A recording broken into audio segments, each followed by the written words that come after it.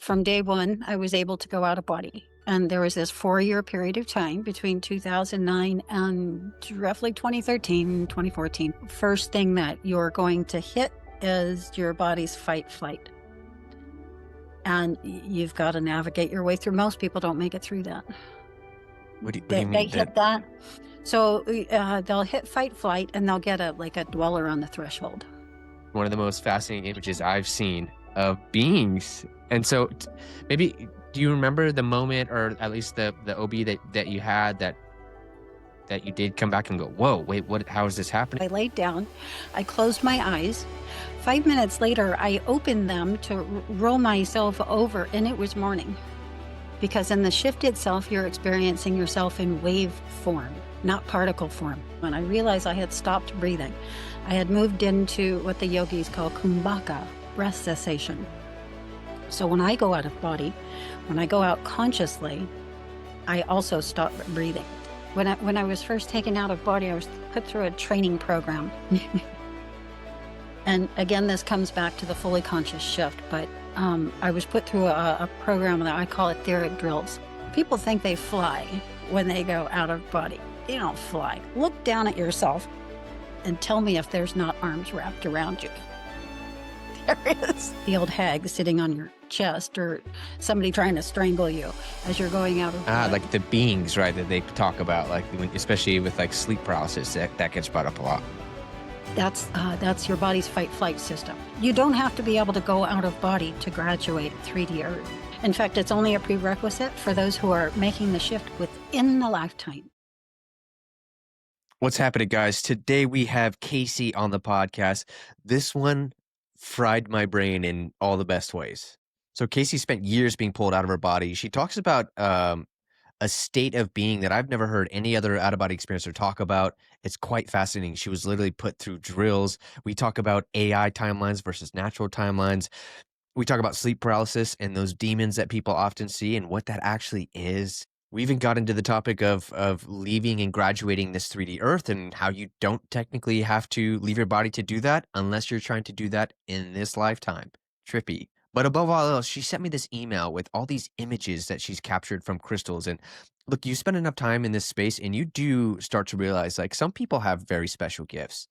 This was cool. I'm going to link the images down below. I'm going to link everything about Casey. She offers her advice and her time, not specifically about getting out of body, but prepping for it, which is the fear, which is all these things that a lot of us struggle with before we even leave the body. So this episode was amazing. Guys, I'm trying to do this full time. The best way you can support me, you can hype the video, click the little hype button. You can leave a like or a comment if you got something out of this. You can definitely subscribe. When you click that little bell icon, it makes sure you get updates on these episodes. Otherwise, it will not show you. It's kind of a weird thing going on with the algorithm. I also have a membership option if you guys are interested in additional interviews in a private Discord where we talk about OBEs and we have techniques and exclusive videos from guests who come on the show. They do it just from my Discord. So much good stuff in there. It's not all about OBEs. If you just want a safe space to share your stories or things that are going on with you, there is no better spot in my opinion. So click join above in this video, or you go to the main channel page and click join there. And yeah, without further ado, let's get on with it. When I saw your email, I was like, what is happening right now? Like all these images you were sending, it was fascinating. I mean, a lot of really cool stuff there. Yeah, some of us come back from our OBEs with skills, and that's just one that came back with me, and I really have no idea about it. When did it None. first happen?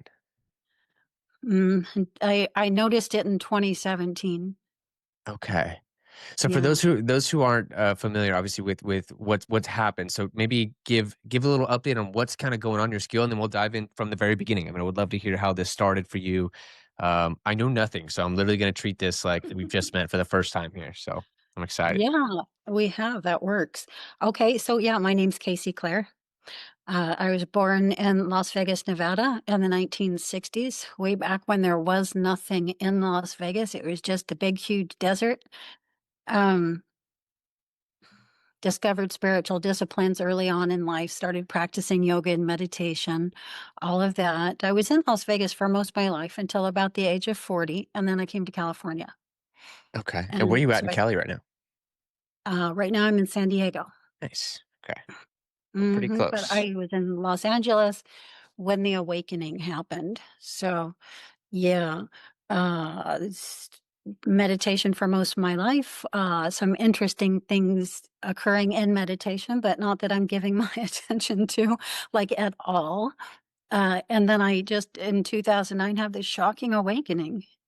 The Kundalini gets activated, which I knew nothing about. Nothing about. I was my spiritual disciplines were quite different. Uh, and so when that happened, I really didn't know what was going on, except I, of course, could feel the bodily processes. And I now associate with that process as being a part of a program, if you will, if you want to get into some drama, um, with some entities that are, I guess, responsible for the evolution of biological systems, bodies. So evolving the current human physical body system is part of what that process can bring about. And it's sort of how I framework what's happening with me. But from day one, I was able to go out of body. And there was this 4-year period of time between 2009 and roughly 2013, 2014, where these processes with the Kundalini and going out of body were just day and night, day and night, day and night for 4 years. Just a huge chunk of time. Whoa. So it gave me a really good glimpse, not just into the expanded state, but out beyond 3D Earth space. Okay, so when you say the awakening started, but what does that mean? So you like one day you're walking, you're at work, you're driving the car, like what happened? Yeah, well, it started happening during practice, during my meditations. But I guess because I really wasn't giving it much of my attention, I was one of those people who liked to go into the pure silence, into void, Mhm. into, just my fields turning inside out, which is a sort of bliss state. And I was perfectly happy in that state. I could have lived the rest of my life meditating in this way. This other thing that happened, this is work. Well, okay, So, so that's super fascinating because I would say where I'm at right now with my meditations is I get to the peaceful state for sure, and I enjoy it, and that's kind of sometimes I see colors. A lot of times, yeah. if I want to see colors, I can see colors. Basically, if I want to see purple and green, I can like it just starts showing up, but it never goes farther than that ever. And I'm always like, Yeah, I wonder. it will. It will. Okay, You'll learn to stay alert through deeper stages. Observation is king in meditation. So mhm, just keep observing, keep observing, keep observing, okay, and you'll inevitably witness the body fall asleep. But the state I'm mentioning is much deeper, okay. uh, much deeper. It's pure being. It's just sitting in pure being. And from this state, you leave your body. I mean, you're not your body goes to essentially a sleep, right? And then you can just Well, back then that was the depth of my meditation. I would go into that state. I actually call it stasis now because of something else I'm aware of that occurs in there that I wasn't previously. But yeah, no, back then I was just going into the state. But in 2009, okay, so I'm starting to wake up in the night to really strange things beginning to occur, and it's so shocking on my system that my body goes into shock. My entire central nervous system is in shock for 2 years when this first started happening, and I'm coming alert in the night and. To these electrical currents flowing through my body. It literally feels like I'm a live wire. And again, it's shocking to me. So I just keep throwing it back into the back of my mind and letting it get forgotten. Until one week, this happened so many times during the course of a single week that I couldn't throw it back anymore. It's- it was fully at the front of my attention. And this, interestingly enough, was due to two missing time experiences that occurred in the same week also. And it's everything about me is strange. I like it. These are not your standard missing time. This is okay. So, one of the things about me is I had full dream state awareness from the time I was a child all the way through to about my 40s. Oh, Okay, so when I laid down at night, I immediately went into the dream fields. And when I came out in the morning, I never reached a point in there where I felt I was unaware. So I brought back like a ridiculous amount of information with me every day. And repeating dreams were very common. But just to say, when you are experiencing in your conscious state of awareness, there's a perceived time. And what happened during the first missing time experience was I laid down, I closed my eyes. 5 minutes later, I opened them to roll myself over, and it was morning. There was no night, there was no data, there was nothing. Literally, what seemed to me 5 minutes later, it was morning. And that happened twice. And it's happening in conjunction with this awareness of, uh, you know, the Kundalini, the electrical currents flowing through my body. So, yeah, with my conscious awareness of this, I begin going out of body, consciously shifting out of body. So this is my thing with the OBE, the fully conscious shift and the shift itself. So this is not many OBEers are going to place their attention here. They're going to want to go somewhere and be somewhere. Whereas what got my attention was the shift itself, because in the shift itself, you're experiencing yourself in wave form, not particle form. mhm. In wave form, you're nowhere in particular, so you can be everywhere all at once. It's utter freedom. How long And does that last? for as long as I could stay in it. which wasn't long. It's what got the bulk of my fascination. It's what I began studying. It's what I began mapping, rather than the locations and the things that were happening in the OBs. Some of which was amazing, but other things of which was not so amazing and shocking. And this has to do with the extraterrestrial presence and my connection with that. And that's part of what you see coming through the crystal. Okay, can we just because I want to make sure I understand this. Yeah. So I'm a simple man, Casey. I don't understand. Things can go over my head over here. Okay, so the phase you're talking about, Mm. um, is this what most people refer to as the vibrational, like that kind? Are you literally talking about that, like the in between, like as you transition or you start to transition, your body falls asleep. There's like all kinds of different names for it, but you're talking about that kind of stage because once you're there people go, "Oh, I want to go here," right? And they start actually exploring. You're talking about the transition period. Is that correct? Sort of. You can think of it like this, but waveform is actually central to even that. Because, like right here in physical space, in 3D physical space, we're actually still in a shift. Hmm. Yep, we're particularized and in a particular place, right? But we're still in a shift. It's just a very super, super, super, super, super, super, super slow one. Mm. Interesting. So, Okay. but have you ever seen those? When YouTube first came out, there were some interesting videos where they put some grains of sand on a plate and then they oscillate it. They hit it with Hertz frequencies. And when you hit it with Hertz frequencies, the grains of sand Would make oscillate and patterns, right? form particular patterns. Right. Hmm. Okay. And so think of when the Hertz frequency hits the plate as being in waveform. However, it's also going to make a pattern, meaning it's in particle form also. See, in wave form, you're also in particle form, but when you're in particle form, you're not also in wave form.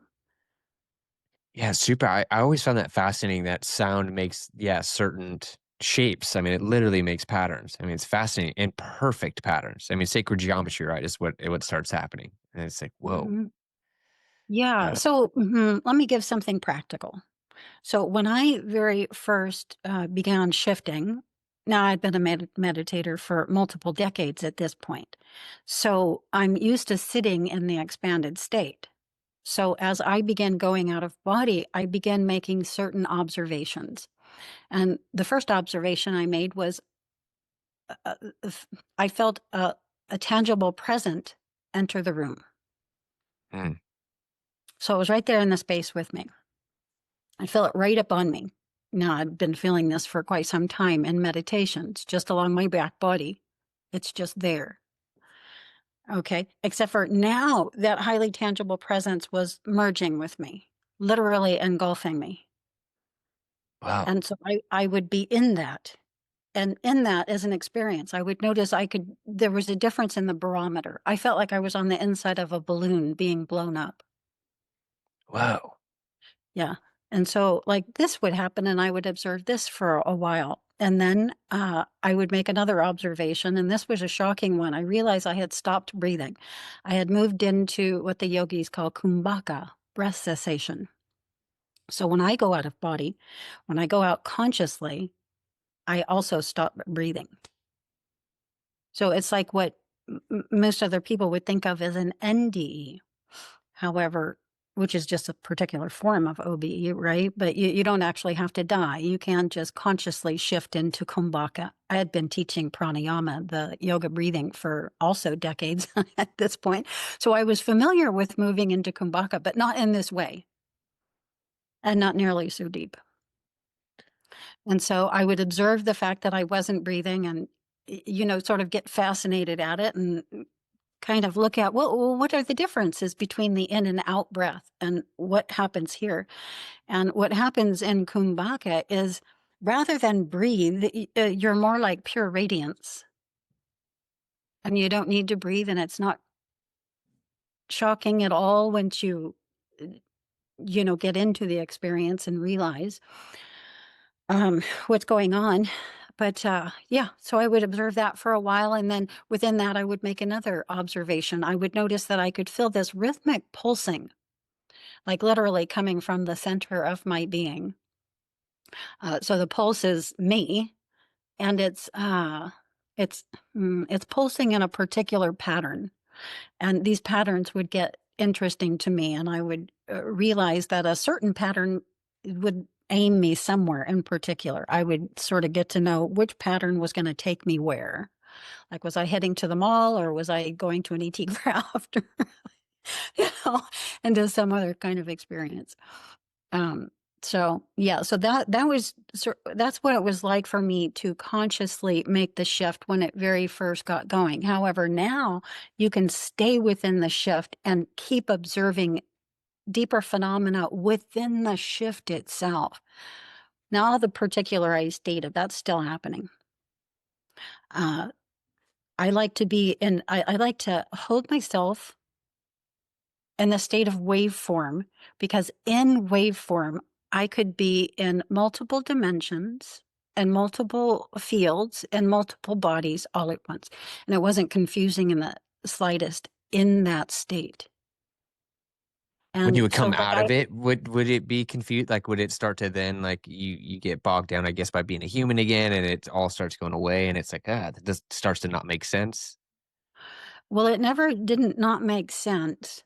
However, yes, I couldn't always carry all that back with me, but I would log what I could. Yeah. And what I logged wasn't very much. It was just enough to trigger my rememory of what had happened. So we're gonna probably hop all over the place here, but I'm gonna jump. My brain is going to. What is this place? Why are we here? From your perspective. Well, that's going to be different for each person, isn't it? Okay, so you think it does depend on the person. It's not the same for everybody. Not the same thing happens when you die for everybody. No, one of the things you get to see when you can take in a lot of data all at once is a past, present, and future sort of all at once. You see a greater scope. Yeah. And what I could see were always patterns. Each one of us is a pattern, literally a kaleidoscopic pattern. And we each shifted into a particular pattern of the 3D Earth life. So the 3D Earth life pattern you entered, your pattern entered, is not, my pattern is different from your pattern, and the 3D Earth life I entered is not the same pattern that you entered. Right? We know this because of when we were born, right? Dates and times and astrological alignments, right? So that'll give some kind of an idea. You entered at a particular moment to be somebody in particular and to do something in particular. And so did I, and so did everybody. Yeah. And so some people come here out of curiosity. Some people come here to learn, to study. Some people come here because they were being problematic elsewhere and so came into an additional level of constraint. I've heard um, that some people were brought here because they were, yeah, probably you put it very nicely, but mhm. they were not doing well elsewhere, and they're like, you know what, we're putting you here, and for these people, very much so a prison. I don't think somebody else did it. I would never think that, because then that puts you into slave. Mm. No, we're sovereign, and we bring ourselves. Why would someone bring themselves if they were problematic? What would make someone problematic on the other side? Hmm. I'm going to say a lack of growth, Interesting. Okay. getting stuck in a process, getting stuck in a pattern that isn't getting you anywhere else. Now, remember that we're all fractal fields of our higher fractal consciousness, right? We're a lower fractal field of our higher fractal consciousness. Is that the There's oversoul multiple, is what they call it?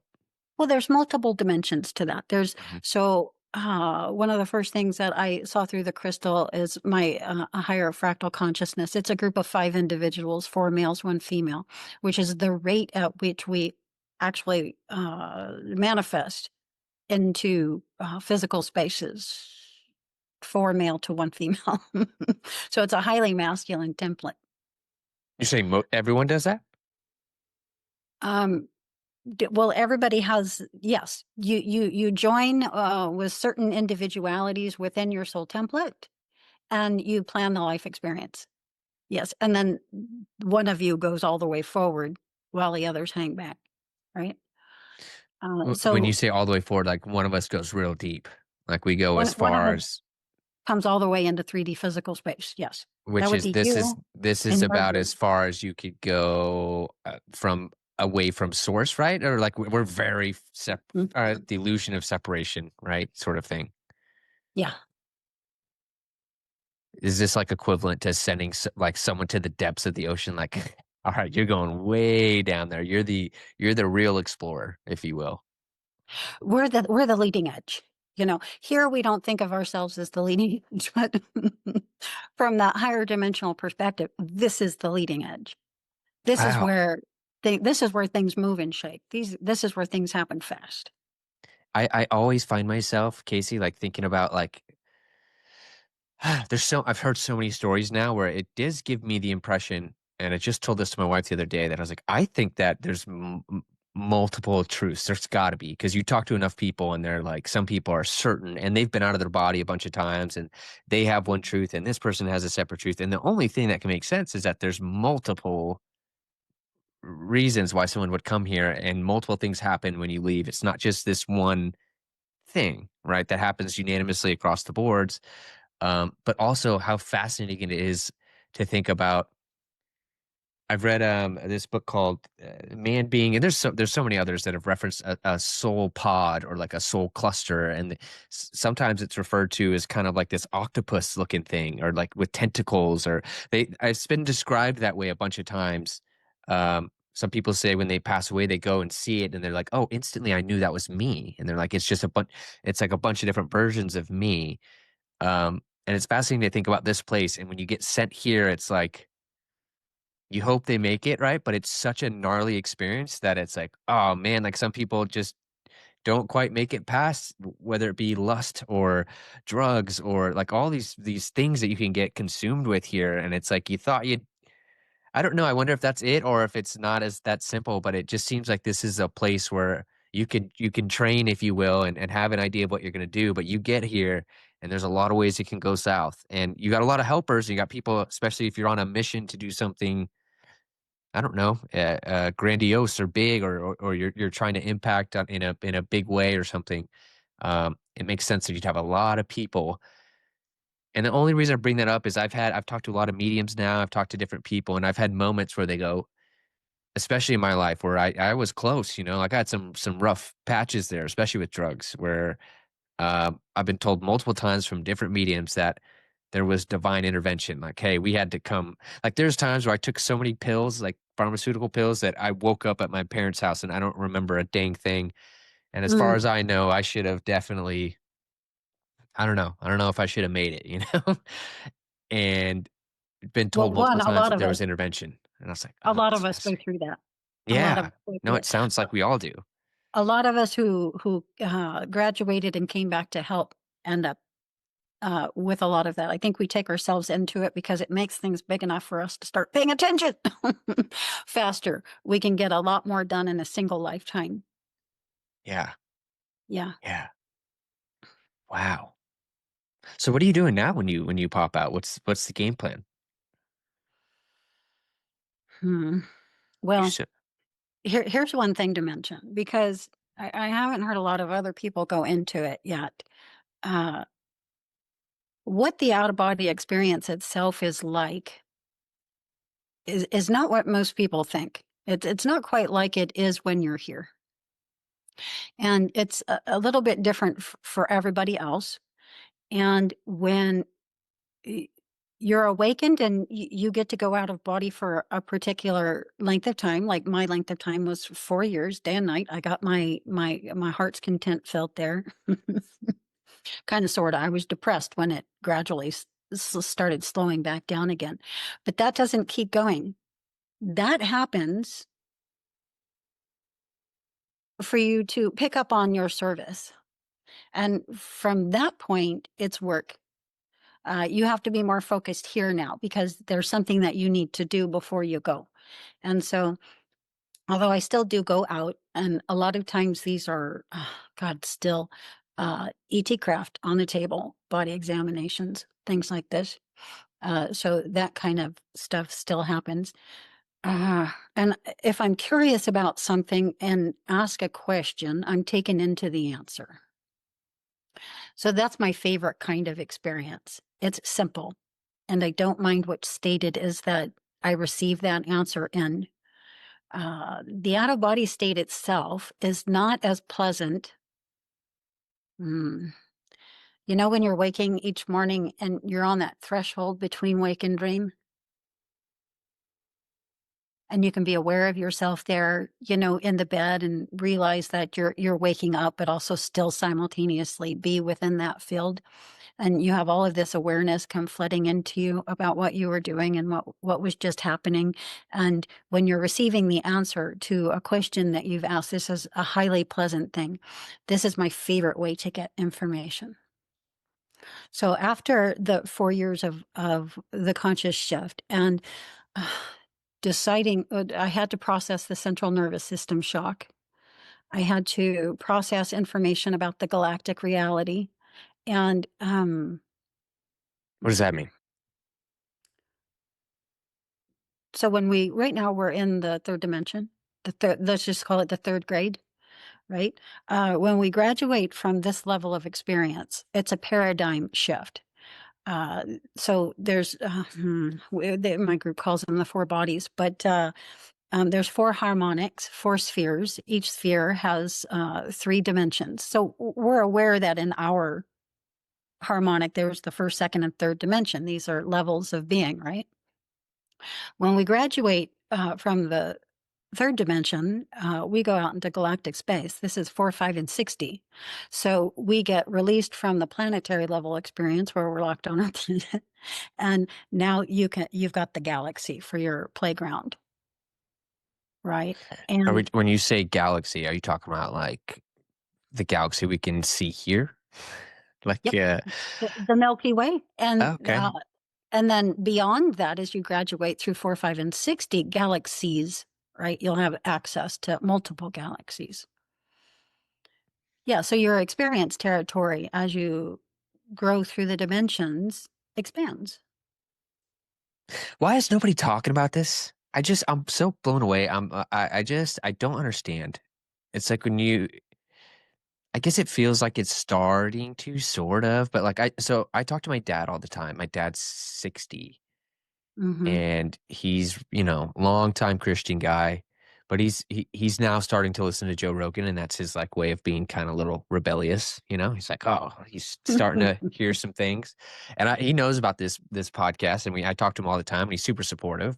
Uh, Hmm. but he's saying with he's always like, I hear about alien. I just why? There's never any proof. There's never any like, And there never will be.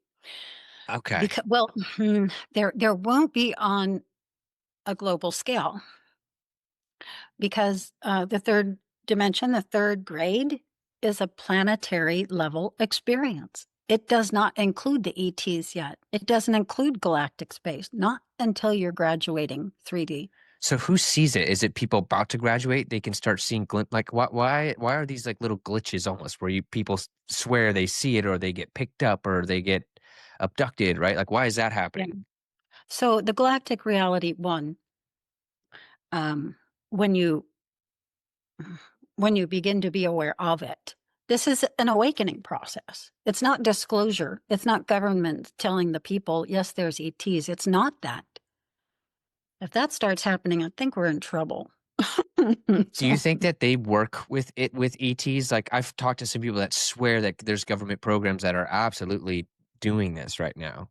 Do you There think is a control system, and the control system is not an evil thing. So, yeah, we all get to choose our perspective and the relationship that we're going to have with a concept. And here's the relationship I chose. Yes, there is a 3D control system. There's a 3D control system for the planet in the same way there's a 3D control system for your own being and biology. The 3D control system of you, of Segi, keeps Segi Segi. you know, keeps your physical structure what it is and not something else, right? So it maintains what you are here in 3D. Same thing with the 3D control system for the planet. It keeps 3D 3D, and there's nothing evil in that. This is a third grade classroom. It's never going to be a fourth grade classroom. It's we who graduate from 3D into 4D. So 3D doesn't change. There should never be global disclosure. And in 4D, you're already in galactic space. So there's no reason to disclose. They're all very aware of themselves, right? um, so that whole thing is a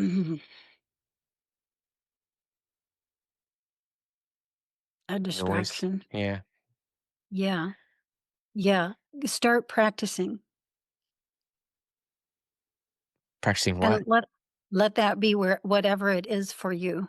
For some people it's music, for some people it's art, for some people it's actual sitting silent meditation like it was for me. Um, it could be service, selfless service. It could be any number of things. Just find your practices and get into your practice. The practice will be something that expands your awareness of yourself. Could this be a practice? A podcast? Hmm. Well, in a sense, but they'll be a part of the practice that's less externalized. So if after the podcast you go and you reflect on what was said, um, and sort of where your views are, you go into a contemplative state, then yeah, sure.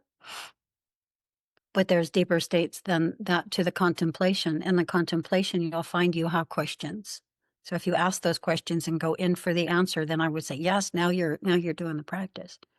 Do So we all there's have, an sorry, Casey, do we all have helpers? Like the guides, as they say? Have you met your guides? yeah. Yeah. So we don't come into the experience alone. What's that? I'm trying to think of an analogy.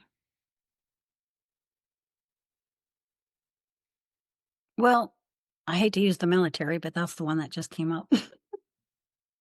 Okay. Use the okay, so use the There's military. the guys that we send all the way to the front line. Mm-hmm. And then there's the supporting ones that are right behind them, getting them everything that they need. And then there's the ones behind them that are sort of making the plans, right, for where we'll go and what we'll do. And then there's the ones behind them that just sort of witness the whole thing. And so, yes, we all come in with that same kind of a template. Can we control how many times we come in? Control. You are in command of yourself at all times, but I would differentiate between being in command and being in control. Okay. So there might be someone above myself who's like, look, that is me, but you're going back in. Mm, you would have to agree to it to come back. Well, if they You were like my parents and they gave me a really, um, a good reason why I should, and they're very convincing. mhm. Yeah. But if I Really but if I denied and said no, I don't want to go back, I would not be forced to come back. forced to know. Mm-mm. Why do people say that then? Why do you think there's such a big in the spiritual space? One thing I have to say again, because I'm still, as much as I've talked, I'm actually more confused than I am when I first Mhm. started out. Okay. Where choice is king. Right now where we are is choice heaven. It's always a choice. There's never not a choice. And you can choose to experience yourself from the standpoint of your sovereignty, or you can choose to experience yourself and see things from the point of not. And that's your choice. It's not that one is true and the other isn't. It's that you have the ability to choose But which one do that you mean choose like I can choose uh my day job or like what I do? This is where when I hear that, I go, okay, I get that. But then life is so heavy. You get so bogged down in what you have to do to pay the bills and what you have to do to support your family, what you have to, that it can be very hard for a lot of people, myself included. It just feels, and then when you start hearing things like it's your choice, you get to choose. It's like, it's actually kind of annoying sometimes to hear because you're like, I but don't get feel to the like I point get to where you see choose. the choice. Get to the point where you see that you've made the choice. Mm. So you can grow to know if you want to keep making it. What I mean by choice, however, is more internal to that. You have the choice to view through the lens of your sovereignty or your slavery. Which lens are you going to put on and view concepts or information through? Ah, okay. You have a choice. So the people that are saying that are choosing to see through that lens, and which is perfectly fine. And so it's a wrong or right way to do it, right? It's just a There's way. no right or wrong way. There's a It's interesting. process of learning. What will things look like if I look at them from, when I first started going out body, um, I was coming across a lot of people who were differentiating between lucid dreaming, astral projection, and out of body experience. Okay, I didn't have those delineations. So one time I said, when I was going in, I was like, why do they all see these delineations? Why do they think there's such a big difference between lucid dreaming and astral projection or out of body experience? So I was taken into an experience as they would experience it. And I come out going, whoa, that was a ride. No wonder. But my patterns aren't like that. I Oh. don't pattern my awareness in the way that they're patterning their awareness. It's when the very first thing that you see is the patterns. Well, if you're me, it's the very first thing that you see. I got you. You are taken into their shoes. I mean, you walked their path for a second. You went, whoa, no wonder they feel the way they do. That's what the gradient leap is all about. So when you start going out of body, the first thing that you're going to hit is your body's fight flight. And you've got to navigate your way through. Most people don't make it through that. What do you They mean that? hit that. So they'll hit fight flight and they'll get a dweller on the threshold. If you're familiar with that concept, the old hag sitting on your chest or somebody trying to strangle you as you're going out of Ah, like body. the beings, right? That they talk about, like when, especially with like sleep paralysis, that gets brought up a lot. That's your body's fight flight system. So everything is you. Never get confused about that. So what I should never be scared to leave my body. You should be what you are and then observe what happened and get curious about why it happened that way and what that was and, ask your questions. So don't deny if you see something and it's scary, don't deny that you saw something and it's scary, but assume that that is you and there's something else going on there and you need to ask questions about it. It's fundamentally the body is what's going to give you most of the shock. Even when your consciousness is perfectly okay with what's happening, the body is going to experience the shock because we have we mentioned the control system for ourselves, right? Well, the control system for our bodies are our central nervous system, and the 3D central nervous system has built into it right at the base a fight flight system. So when you start going out beyond 3D space in your conscious state of attention, your central nervous system tries to protect you. Is it unique to each person? So like for me, I like it would know that I am scared of people breaking in the house or something and it would show me something like that. Is it trying to keep you in or not trying to keep, or am I thinking about it wrong? No, it's not trying to keep you in. It's there and it will. I learned some of the greatest things in I my love it. very first few OBEs. I mean, they're profound. They were profound then and they're profound now. And they're just the simplest things. I shifted into the void, into 3D blackness. And I was there for quite some time. This is very close to the state of stasis, really. I mean, when you're just there in pure observance, not having questions or much thought, but like in a meditative state in the 3D blackness. But so I was there for quite some time. And then all of a sudden, I see this light flash out instantaneously. What was that? Wait, what was that? My system was read instantaneously, and the experience I went into was my answer. What I came up with is what I went into. There is there's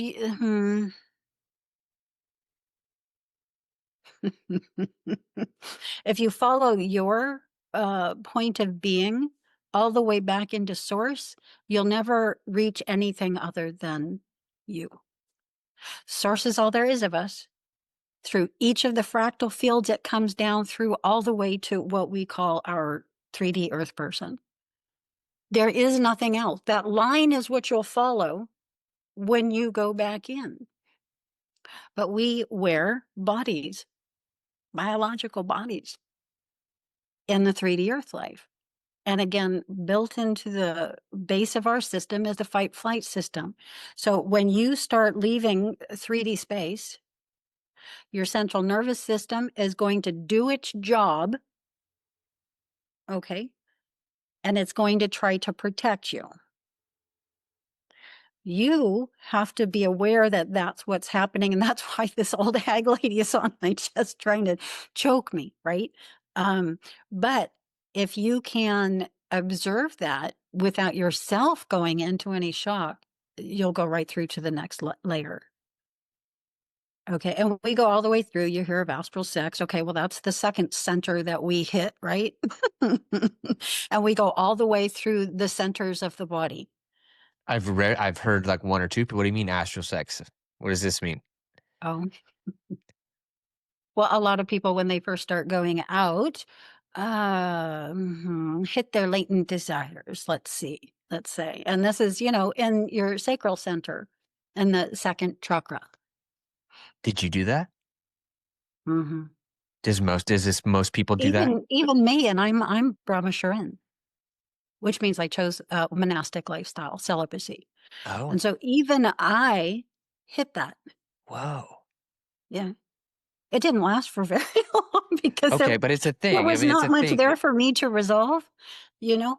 Um, Whoa. Okay. I don't know why. I mean, I heard it once in passing, I guess, like on a podcast, someone talked about it, but I've never mhm, talked to anyone who brought it up again. So that's a mm. thing for sure. Yeah, a lot of people, when they go out, they want to go out to do that. And they spend a lot of time there, and they may not even get past that. If they can, a lot of them teach themselves how to, and I wouldn't recommend this. It has to be a fully conscious shift. So you have to go through the fight flight system and pass that test to enter, the second chakra system, energy, whatever's, needing resolved in that. And yes, there'll be a lot of sex stuff in there. But if you bypass that, if you let yourself fall asleep and train yourself to wake up already in there and then go do that kind of stuff, you don't get very far. So, like, I wouldn't suggest it. For me, it's all about the fully conscious shift. I'm Like, loving like this conversation. I want to work through it all. I don't want to skip the scary parts. I don't want to keep pushed down into my shadow. It's already there. This is the time to let it rise, let it surface, and see yourself for who you are, who you have been, who you've become, all of that. What do you think the value is of oh, I actually back before I ask that question. Can everybody leave their body, you think? Not everybody can, but not in this incarnation. Okay. Not everybody is ready. That makes And so, sense. like, I would never teach people how to go out of body. However, I mentor nonstop 24/7 around the clock and how to prepare. As You in how don't to go prepare on to die?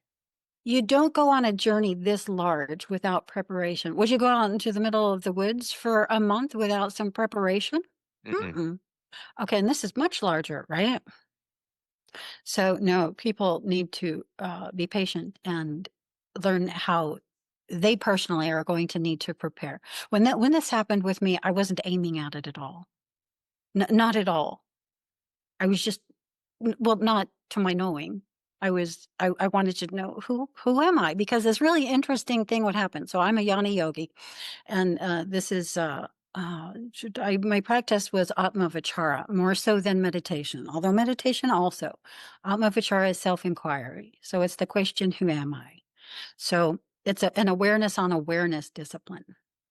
So I never needed the external object to focus on to still my mind. I could always place my awareness directly upon itself. And so the question, who am I, would do something really interesting every time I asked. We don't know. And so there's just silence. And it's a depth of silence that's very satisfying. And so you want to experience that again and again. But it's also curious to you that you don't know. Like, there is a loss of continuity, and real life. They say if there's a loss of continuity, you're not conscious, right? You're dreaming. That this is something that happens in the dream state. And yet the biggest loss of continuity occurs right in front of our face every moment of our life, and we don't give it any attention whatsoever. We don't know who we are. We don't know how we got here. How did we get here? So that's a loss of continuity. That in itself tells you you're dreaming.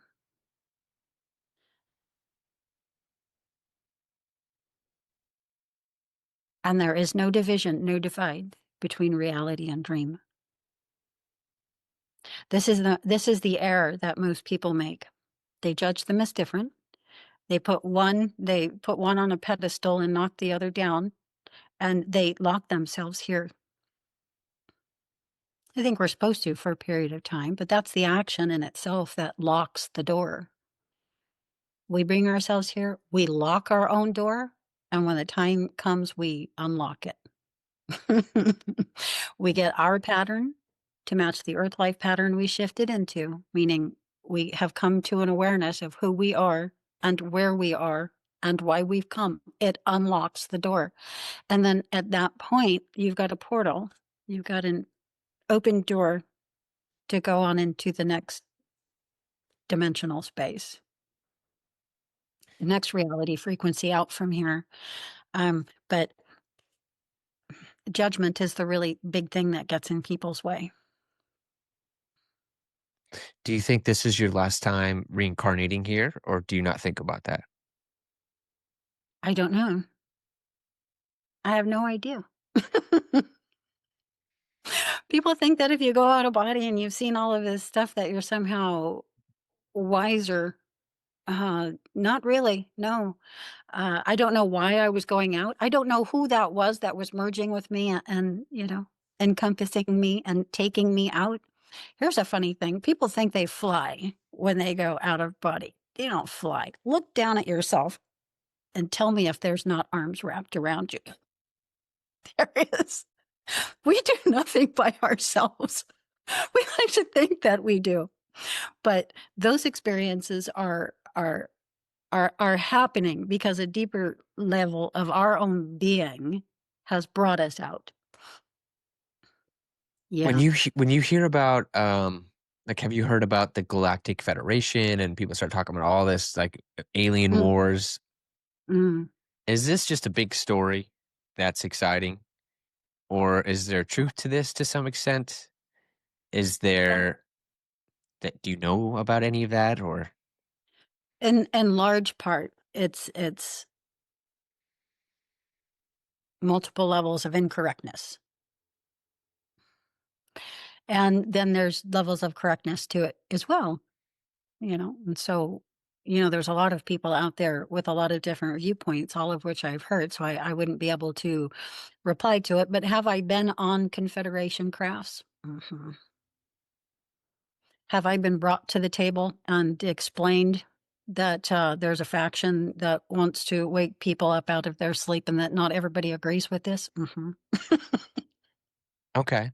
So there's again there's levels to the truth. I mean, there's the reason these things are brought up are probably because the truth is somewhere in the middle, right? Between people Yeah, just go so far hard like yeah, just it gets confusing. I love it it. did. I live in the confusion. I actually really enjoy it, so I'm not going to act like I don't. But Hmm. I am a seeker by nature, so I also get a little like depends on the conversation I had that day, and I'm learning to come up with my own. This is why I'm so big on experience. It's why I'm so also want to go out of body too, because I love listening to you. I love listening to other people, but I want to do it myself. I want to do it myself. Hmm. So prepare. So what are you doing to prepare? Well, other than attempting it, so every single morning I get up at 4, and I do spend about an hour every day in silence. I would consider that preparation. Um, I guess it's a good question though, because I don't know. I wouldn't know what I'm preparing for other than the way I view it is like I'm trying to control my mind, and meditation is the best way to do that. Not control it, but just sit in silence, sit in calmness. Because from what I know, yeah, when you go the other side, it's like you think of something, you're there. So that seems like a good skill to have, where you can kind of Hmm. just learn to just calm that down. So my head, that's a area of preparation. I've heard diet though. I'm starting to look into that because I really it happened to me twice last year, and I full blown had the vibration. I mean, you might have heard that I'm as part of my story before, but it hasn't happened since. And it's almost like the more I try, the harder it's been for me. But also, I got a lot going on in my life. I'm working multiple jobs right now. Just lost a job like 2 weeks ago, so I'm trying to figure that out and like doing this Hmm. podcast. So I got a lot going on. So I don't know if that's it. I don't know. I don't know. But I really, really want to. Um, I'm also one last thing I'll say that I'm also aware that like putting things on a pedestal is the wrong move. Like the want is actually a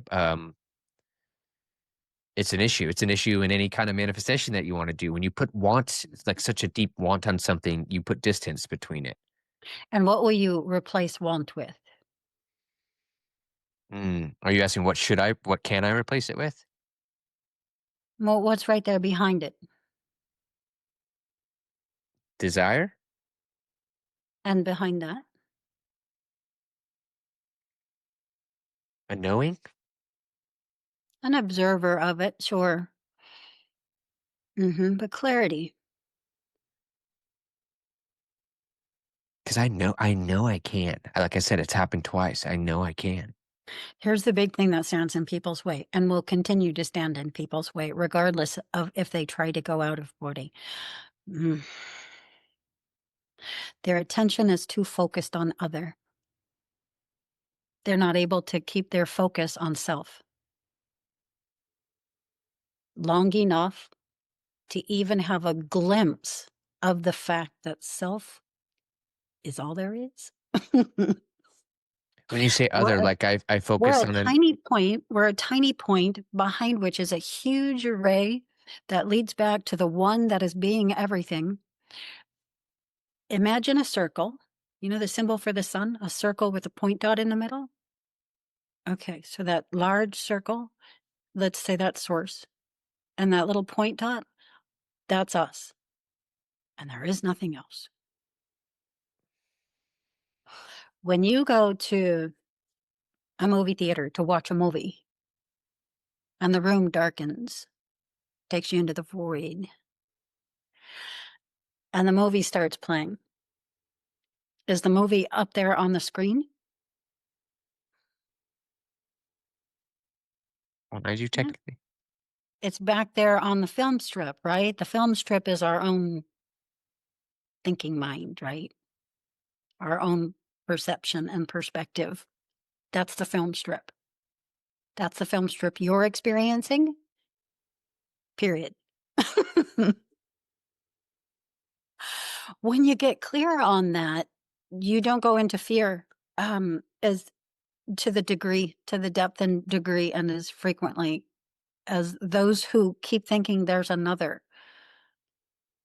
So if you learn to bring your attention in on itself, on you, and do that to the point that you're literally experiencing yourself as all the, Is name that one thing name one thing you've ever experienced beyond yourself.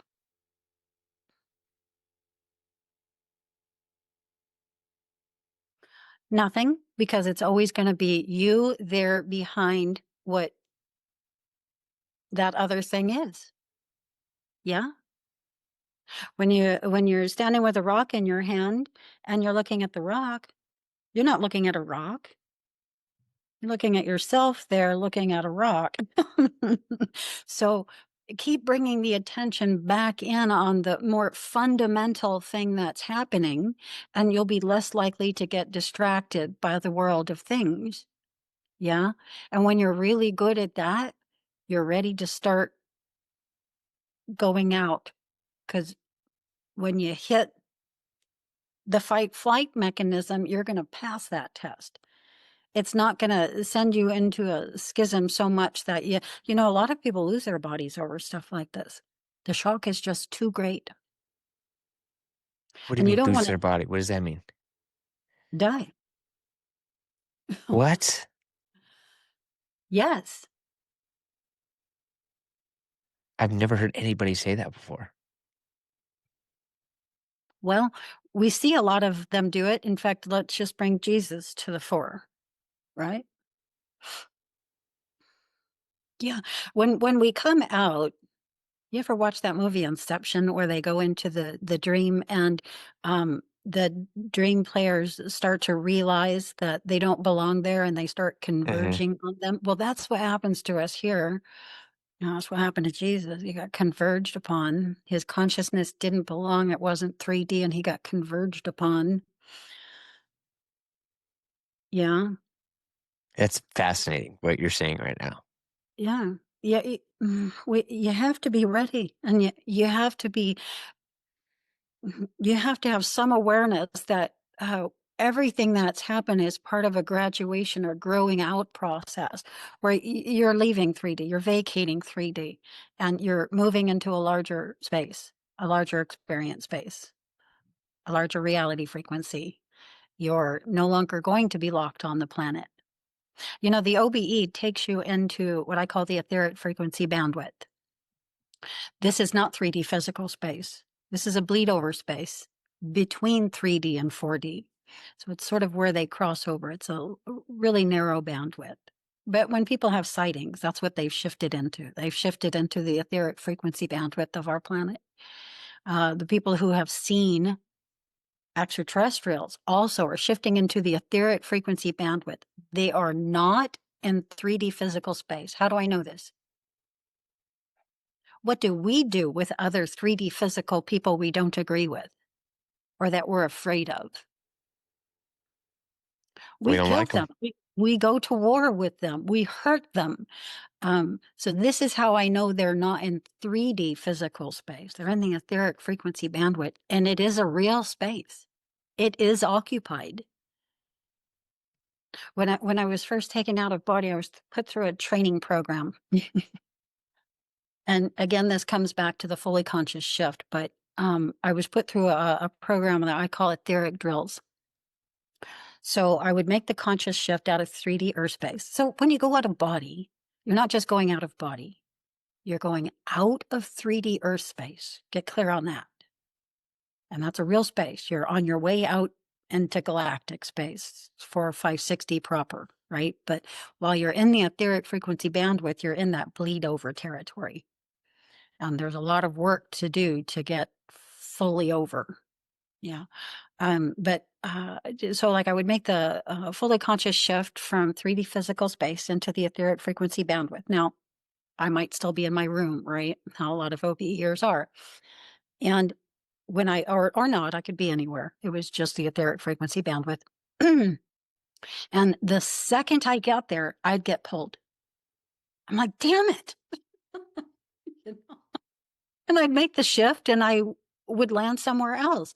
And the second I got there, I would get pulled. I'd say, damn it. I got to the point where I was like, I'm not going to tell him I'm here anymore.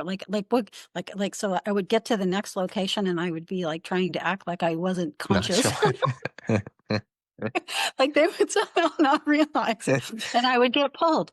Okay. And so like this would happen again and again and again. And then, okay, so how am I have to ask myself, what is my relationship with that going to be? And here's what my relationship was. Oh, I'm being put through a training program.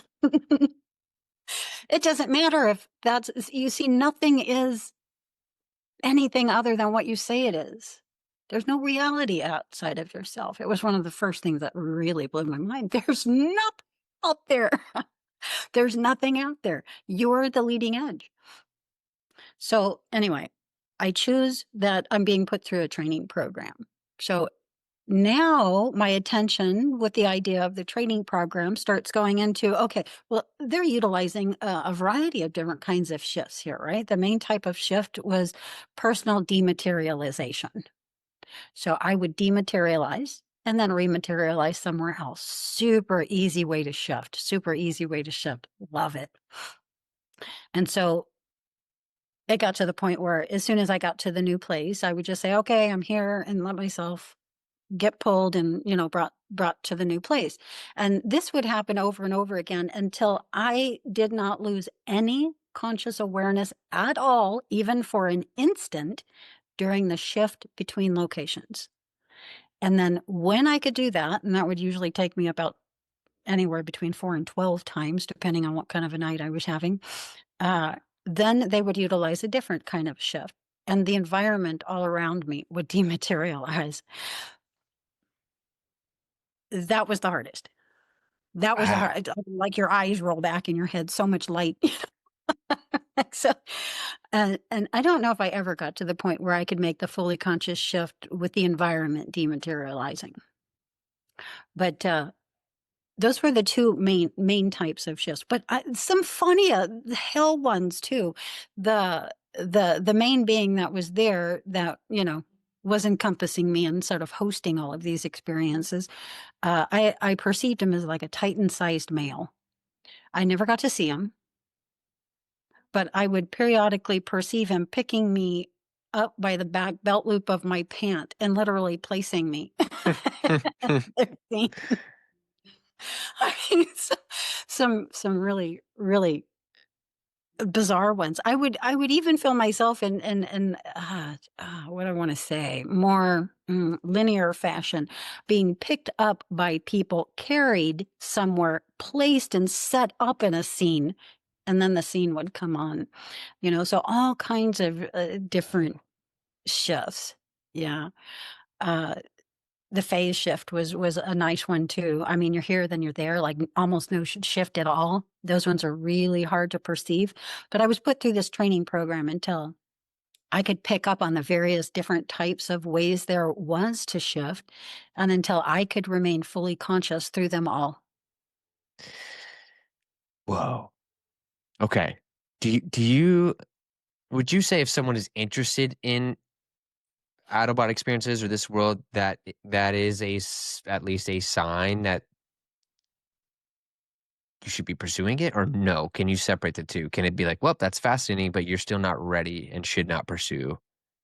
Or do you Oh, just no, if you have a high interest in it, it would be like my high interest in meditation, So I pursued that, which led to this, and you'll pursue the high fascination to you. However, will you pursue it in a way that leads you into the experience that you want, into the information that you want? Because really, it's all about seeking the self, finding out who we ourselves are. Until we know this, how can we know anything else? And so, in one of my first OBEs, and one of my first dozen, I was taken into the archetype my life was based on. I didn't know that at the time of the experience. It was a frightening experience, actually. But that arc, I was. This is another interesting thing too, because of the different ways that you can experience the OBE. I would notice that if I, in particle form, I would either be point consciousness unembodied. So I shift into the etheric frequency version of my room. I look down and there's no body there. I'm just a point of consciousness, right? Or I could be point consciousness merged in the consciousness field of someone else, someone other than my 3D Earth Casey person. Yeah. And this is one, and I could even be fully embodied as them. That came later. Um, but in this experience, I was in the consciousness field of the archetype that my life experience is based on. And it was one of the first experiences where I was finally brave enough to go look at myself and see who I was. And I was in this like sort of municipal setting in some kind of future world. And I saw a building that was all windows. And I walk up to it to see my reflection. And I'm Merlin. I'm like this 7 to 9 foot tall, white haired, white bearded, purple robed wizard with a staff in my hand. how bizarre? Well, it started showing me that the alchemist was, uh, so like these are the colors that my life experience here was actually created from. That's why I can do alchemy here. And that's what the work with the crystal is, right? Working with the elemental realm and getting to a point where the elemental realm will work in cooperation with you to do unbelievable things. Okay, so can we now? I think this is a good transition. We can talk about the crystals because it is. This is originally what you sent me. They were images, and it's the most. It's up there. It's one of the most fascinating images I've seen of beings. And so, maybe do you remember the moment, or at least the OB that you had that you did come back and go, whoa, wait, what? How is this happening? Is there a story behind that specific one? A story behind the crystal work starting. No, I was either waking up in the morning and was on the threshold between wake and sleep, or I was in a practice session and in that on that threshold. And I came out of it with a sentence: "Go find your crystal." And I wasn't a crystal person. I didn't have any crystals. I was wondering why I was told to go find my crystal. But at that point, I was living in Santa Monica, and back then there was like crystal shops everywhere. So I thought to myself, "Oh, all right, every now and again when I'm out and about, I will see if I can find my crystal." And it took years. I didn't give it any. There was just something in the back of my mind that if I remembered, I would do. And that led me to a point one day where I was walking in the front door of a crystal shop, and yeah, the world stopped. I could just feel this highly tangible presence, and I'm like, whoa, interesting. Uh, and I started looking around the shop, and I saw her. And the rest, as they say, is history. This is the crystal, Isa. You said her. Her, yeah. When I picked her up, a vibration came up my arm and into my heart, and I heard the word Isa, Isa. Wow. And when I did a search on that, I did do a search on it because I had never heard that name before. And what came up was Isa de Jesus. It's a female name of Jesus. And I had never heard of that, you know. So I was like, oh, that's interesting. And I thought to myself, maybe it's the Christ consciousness collective that's going to work with me through the crystal, but I don't know. But I call her Isa. Hmm. Okay, so you And take Issa home, I would yeah, I take her imagine. home and she just sits in my house for 7, 8 years. I have no idea what to do with her. She's just there. I know now we were bonding. Did she ever Uh, talk to you again, or was there any other moments with her, or not really? It just was. I have moments with, I can have a moment with an ant walking across the floor. You know, so like I've always been one of those people. Okay. Okay, so you had lots of moments with Issa, and she was in your So house. yeah, that's nothing special. But I mean, I didn't know what I was supposed to do with her. And it just how it happened that I came to be aware is just an impossible moment. So I was at work one morning. I'm a professional medical caregiver. I was working with a woman who lived in the Pacific Palisades, and I had this little ensuite off of her room.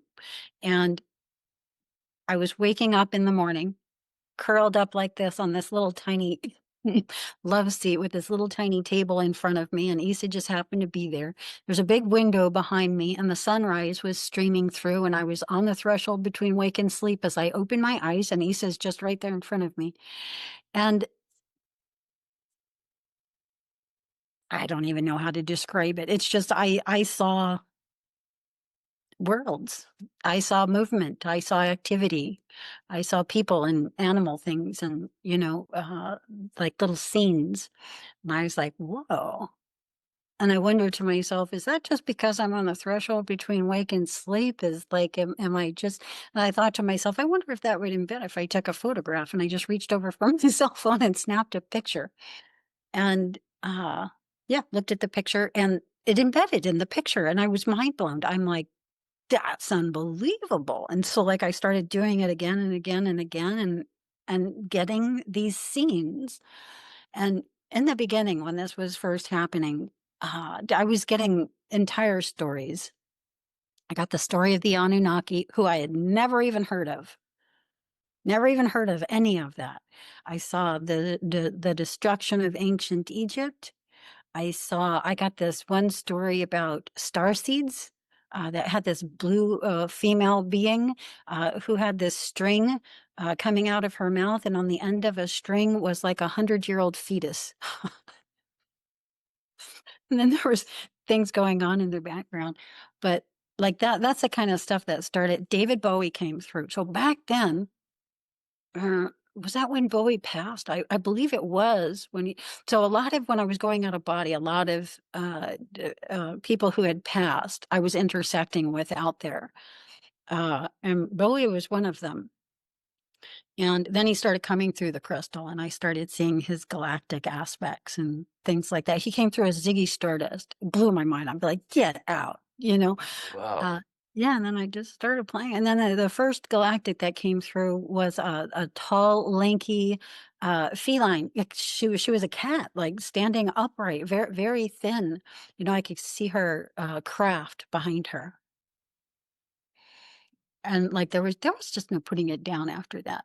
Then I sort of got better. I decided that other people couldn't see, and I thought that that was sad, and I tried to start devising ways to bring this more fully into 3D space in a way that anybody who wanted to could see.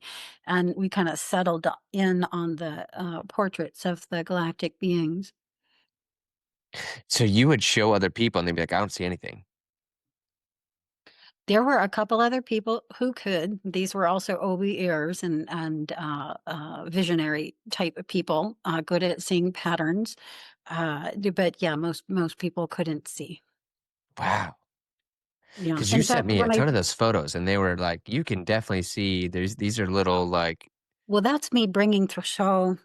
I have to zoom in and zoom in and zoom in and zoom in and zoom in and take out all the superfluous data to get to single face. Mhm. Otherwise, it's a lot of overlapping information. And imagine like 7 windows all behind each other with certain information on each window, and then having to align those windows light right with the sun in order to get a snapshot of a story. Let's say I like to call them stories. They are.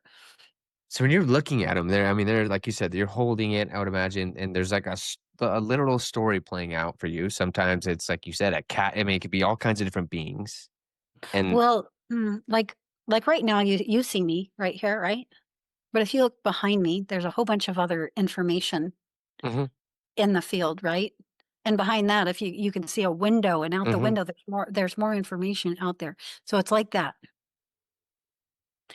And with all of those layers there, this is so fascinating because this goes back to the OBE as well. What I do through the crystal is exactly what I do when I go out of body. I allow my brainwave frequencies to shift in my full conscious state of awareness. Yeah. And I stay conscious. What happens when I do that is a lot of extra information starts popping up in my field. And then I can shift my attention there. That's the same thing I do with the crystal. So I go in there and I take the cell phone camera right in there and I start to look around.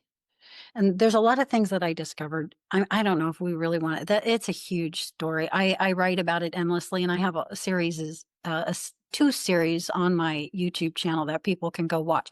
One where I'm just introducing the beings individually, and another where I'm explaining this whole process with the I'll crystal link and those for sure. I'll put them in the show notes. yeah, because I like to focus on the out of body experience and the expanded state and the fully conscious shift. I call it graduation, like a lot of other people conceptualize it, because it literally is. It's a lot of people on the planet right now have the opportunity to graduate the 3rd grade, go out into 4th. Okay, let's stop for a second on that. So you say they have the opportunity. Does that mean for someone listening, because I will get 1,000 comments on I try to leave my body, I cannot do it. I like people are there's it's very obvious to me that people are curious about this information. They're watching videos like mine, many others. I mean, it's actually a very growing popular space. Hmm. Is You that don't have to enough be able to. just to You don't be have to. curious? You don't have to be able to go out of body to graduate 3D Earth. Okay. That's not a prerequisite at all. No, in fact, it's only a prerequisite for those who are making the shift within the lifetime. That is a very small handful of people Meaning someone who can shift right now, who physically doesn't die and choose to like leave, and then their body would die. who can no, who can liberate themselves within the lifetime rather than at the moment we call death. Mm, okay. So that's the moment where everybody has the opportunity to liberate themselves. Uh, However, some choose to liberate themselves while in the lifetime because internal to that whole service is evolving the current biological structure. So there's a lot going on right now with AI here on our planet Let's in talk about it. this particular timeline. So every timeline is so we're in a duality system, up, down, right, wrong, good, bad, male, female, right? It's a duality system. So there's never a one thing without the other. So the AI timeline is contrasted with what I call the natural timeline. And the AI timeline, we're working on advancing the current human being by merging man with machine. So Mhm. that's the AI timeline. But there's also the natural timeline. And the natural timeline, you're evolving the current biological structure using only what you were given to come in with this lifetime, which is why I call it the natural timeline: consciousness, mind, energy, body, system. You use the mind, the consciousness that you are, your mind. You get to choose how you will be in command of that and how you will pattern it. The breath and your physical body. You use only this. I love that. Okay, but um, is AI bad or no? You're not saying it's bad. You're saying it's just its own separate. There will To me, always be a merging, choice. giving your power away seems negative. Well, But again, there's no good or bad. I understand there, that, I guess. so that we wear the current body that we have right now in 3D because this is a 3D body. But when we shift frequencies, this body does not stay a 3D Earth body. It becomes something else. And we can see that in the idea to merge man with machine. And there's people who would like to experience what it's like to have a machine body rather than a biological body. There is a positive and negative path to both the AI timeline and the natural timeline. So, you have your choice as to how you will move through that. What you yourself will actualize and experience, and the information you will contain and send back to source, right? And it's all good. It's all good, but you have to know who you are. So this is also what I learned after the archetype that I manifested here on the positive bent along the natural timeline. So here's what could hold me back. If I start behaving more negatively than positively, and if I do things that take me off the natural timeline, I'll likely just be taken out by my own group because that's not what we came in to do. Yeah. So, you know, I like to use the vaccines as a really good example. So this is a part of a program that begins to prepare the human biological system for merging with machine. This is a part of the process of getting there. So if I were to do things like that rather than the natural thing, which is to let my body interface with viruses and bacteria and all that kind of stuff, eat mud as a child, and all of that kind of stuff that develops your microbiome. This is the natural way to do it, right? So, luckily, I didn't fall off of my timeline and I did stay on that. I didn't realize that that was the timeline that I was on, but I intuitively knew. So it's neither good nor bad. It's just as separate. They are different. They are different paths you can take. There are different Crayolas in the infinite Crayola box, yes.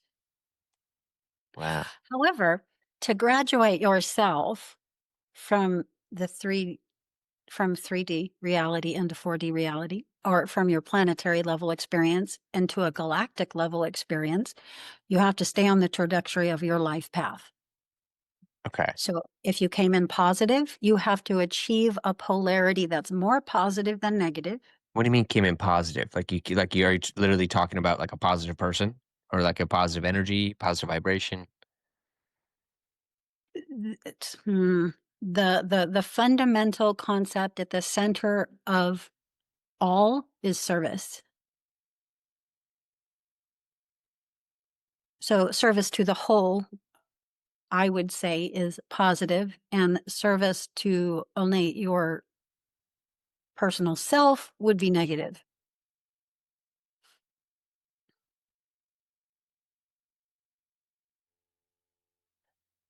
Okay. Because okay, if And we're at the all core of liberated, that, I'll say at the core of that is free will. So a positively oriented individual will not infringe upon the free will of others.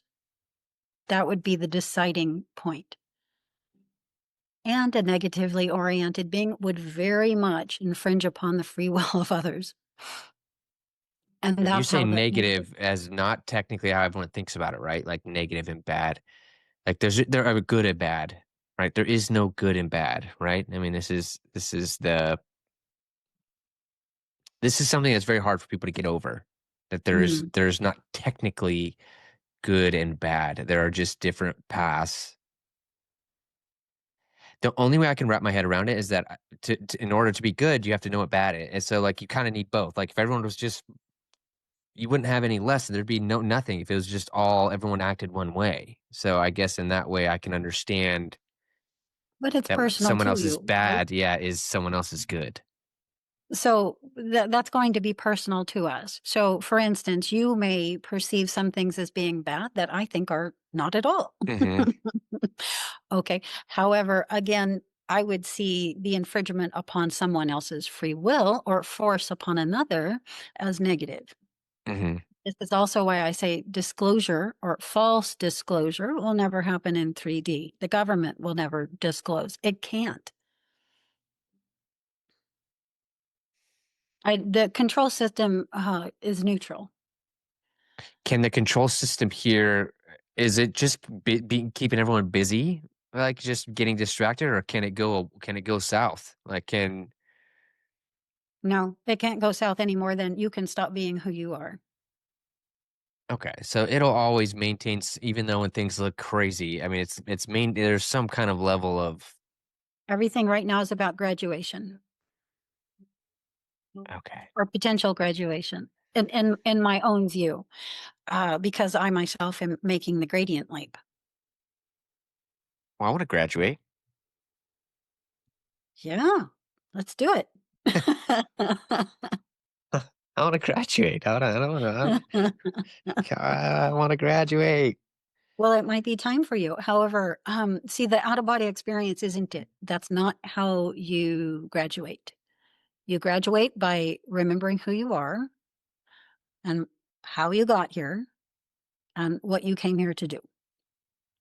Because that's how you stay on the trajectory, right? So if you came in positive and you start and you achieve more negativity than positivity, meaning you infringe upon other people's free will more than you didn't, you won't make the grade. Even if all this other stuff that was happening with me is happening, it's not a given. I still have to achieve my given polarity. I still have to stay within the natural timeline. I still have to uh, be of the service to evolve the current human biological structure because there is a mass movement toward merging man with machine. So the natural human bodies that have natural abilities, all on their own, have to keep step, for there to be equalness there, a level playing field with those two crayons. Yeah. Okay. So as AI is advancing, you will see more advancements in the natural timeline as well. Meaning people who can, yeah, well, they're these dormant kind of I don't abilities. know that there'll be as many of us, or that there needs to be, but there has to be some of us who succeed prior to the loss of the body. Do you think this is going to happen very, very soon? Would you say? Are we going to look Yeah. at, or am I looking at this wrong? Well, what do you mean? What's going to happen soon? This merging with technology, like, is this a my lifetime kind of thing? You think, are we, I guess when I first got into this space, which is not that long ago, we're talking like April here. At least when I say this space, I mean asking questions, getting people on a Zoom. I mean, I was reading and doing a lot of Yeah. video watching myself. Um, you hear that there's this yeah, mass awakening is the word thrown around. You hear that something's kind of happening right now, and then of course you feel it. I mean, you feel like AI is a big thing. We all just kind of don't know what it means or how it plays out, but you definitely recognize it's a thing. The government, the world seems weird. Things seem weird. Our financial system seems weird. Things Yeah, it's seem off collapsing. right now. It's collapsing because as we grow, it falls away. Right? That's the collapsing of the systems. And so one of two things will happen. We'll either make the grade or the gradient leap into galactic space, or we won't and we'll cycle back and come around again. And when we when we come back, cycle back and come around again, at that point, there is what they would call a catastrophe cycle. This isn't a zero sum game though, right? Like you're saying some people can make a leap on their own, right? And then if or is it all of us as a whole have to make that leap? That's why I get confused. Self is all there is. What looks to be a world outside you is an illusion. So if I Very made the convincing choice, illusion. it's almost I could go on a timeline where we all made the choice because it's the choice I made. You would have to wake up every consciousness cell in your what you call your body. That's your universe. So if you're able to actuate that, yes. but that's literally what that is. It's not exactly people out there. It's every cell in your body. Sometimes I'm worried because I'm fascinated by talking to people like you, but also I get confused. I don't feel like I'm as it's not that I feel you're smarter than me, but you're definitely more you're you know a lot more. And I'm like, man, I don't understand any of this. And then I get worried that I'm gonna get left behind. It's my Well, natural one, thoughts. I think I'm twice your age. And when I was your age, I was still doing what you were maybe doing 5 years ago. We all have to, go through our processes, right? And it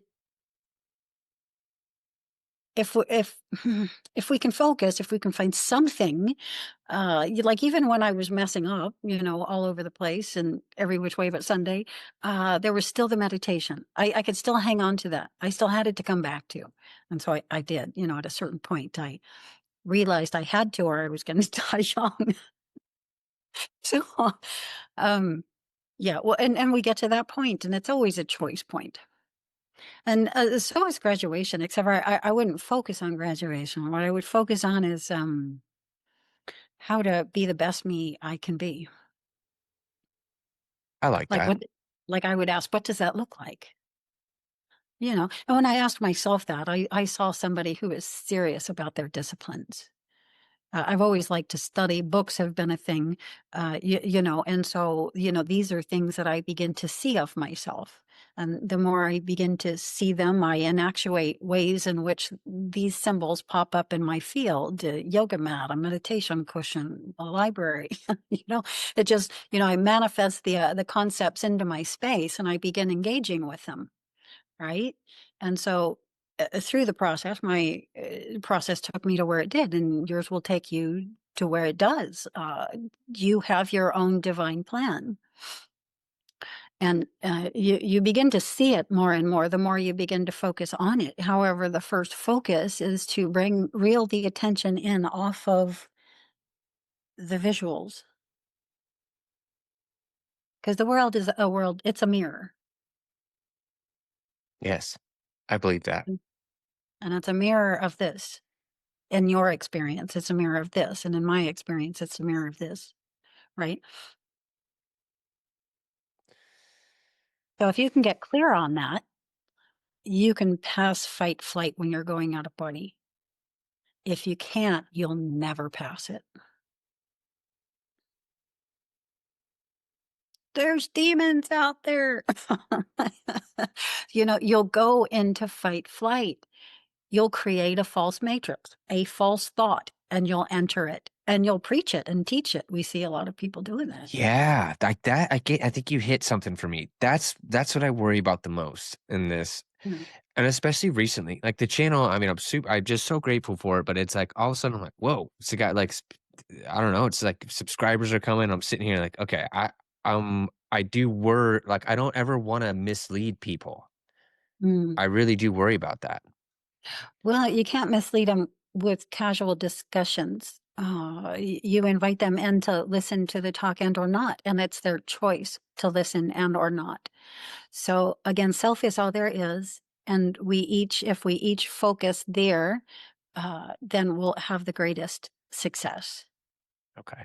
I like that. So what is your intention? And that you manifest your intention, and you periodically observe what's happening and say, is this a match to my intention or is it not? And do I need to shift gears somewhere? You know, and then you just keep following it. When it catches up with you, when the pattern that you are matches your earth life plan, that's when the extraordinary things really begin happening in life, because it literally is a portal through which so much more comes into your experience. I know for a fact I could sit here right now and say, I don't know the exact place, but I know I'm on path here because Mhm. things have changed for me in such a crazy way that I can't even I try to explain to people, but Yeah. seriously, I started this in April. I'm not saying even the podcast. I'm just saying that that what the friendships it's opened up, the books I'm reading now, the just feels right. And Mhm. and it's it's happening effortlessly. Maybe that's the Hmm. difference. And everything else in my life prior to this, I've started a lot of brands before, and they were just, I'll put air quotes, successful, meaning I got them into stores, and I've always wanted to do that. But it was a lot of work, and it was a lot of, this is seriously effortless now. I mean, it's like, it's just happening. And Yeah. that's where I kind of know. And in my deep, deep, deep, deep, deep down, I go, okay, yeah, I do believe you are on the path because it is effortless. That's the best way to describe it. And I can confirm that for you if you need the field to confirm that back to you. I knew it the first time I saw you.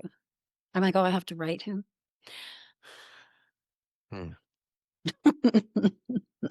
We recognize one another, and we recognize one another more and more the more we recognize ourselves. So rather than ask yourself what you want, which is a fine thing to ask, it's just that there's something deeper to that. I would say ask yourself, who am I? And constantly be endeavoring to embody that, whatever it is that you come up with right now. And that's going to change. It's going to exchange extraordinarily. I'll bring up the crystal work again. Every single one of those beings who came through is a piece of the rest of me. And so I'm just taking my inner soul collective and I'm showing everybody. That's cool. Wow. Well, this was a very, very fun conversation. I love it. I love when time flies. I love when I get wrapped up in it. To me, that's when I know that was a special one. I really appreciate you reaching out. I appreciate you coming on here. I want to have you on again. I feel like this is one of the longer ones I've ever done. Um, Really? yeah, yeah, it Oh, is. I didn't even realize the I'm time. more, I'm more like, I seriously max out typically around an hour. This is like, Yeah. depends on my day. I'm on the phone all the time anyways, and I'm kind of an introvert. So by the time I'm done with these things, I'm like, whew, pretty tired. But this was great, Casey. I really Oh, I'm enjoyed speaking glad. with you. I'm glad. Yeah, it's always fun for me too. And happy to come back on anytime. There's Okay. always deeper to go down the rabbit hole. Yes. Yeah. Yeah. Now I feel like I understand you a little bit more. And so next time I can come in with like a little more, okay, I've been thinking about this. Boom, So boom, boom. I'm excited. Okay. Is there anything you would like to say? Anything you'd like to end with before we call it for today for round one? Mm. Well, if anybody's interested in spiritual self development or meditation or the conscious shift out of body, or the skills we sometimes come back with, I have a website which is very aptly consciousnessexploration.com. And you can find me anywhere online by my name, Casey Clare. I have a YouTube channel where I'm sharing a lot about the out of body experience. My first channel was a log of only my out of body experiences. Whoa. And so it can, and oh my gosh, I was so bad with the camera back then. Don't go back to the old channel, just stay with the new one. I will link your website, anything you want me to. So please send it to me. So whatever you want me to link, I'll link it in the show notes as well. I'll invite you on as a collaborator too, since you have a YouTube channel. So Yeah, great. And I do mentor. I don't mentor in the OBE, but I mentor in how to prepare for the OBE. And mine is an unconditional platform. So there's never a charge associated with anything. If anybody wants to reach out, please do. I have a forum board. I am old school. I'm over 60, and so I don't do the social media stuff. I'm still on the old style for message boards, but it's the best way if you want mentoring in this to reach me. you're great, Casey. I love that. Okay, just do me a favor, send that to me, or anything you want me to promote. I will send that, and then I'll invite you on. I'll show you how to do that as well. But um, yeah, this was fun. You're Thank awesome. you. You're awesome. All right, Casey. Until next time, I will let you know when this goes live. Bear with me. We got a couple. I filmed a lot this week, but I'll try and get this one maybe like early November is what I'm thinking. So Sounds good. cool. Sounds good. All right, Casey. Cheers. Bye. Here's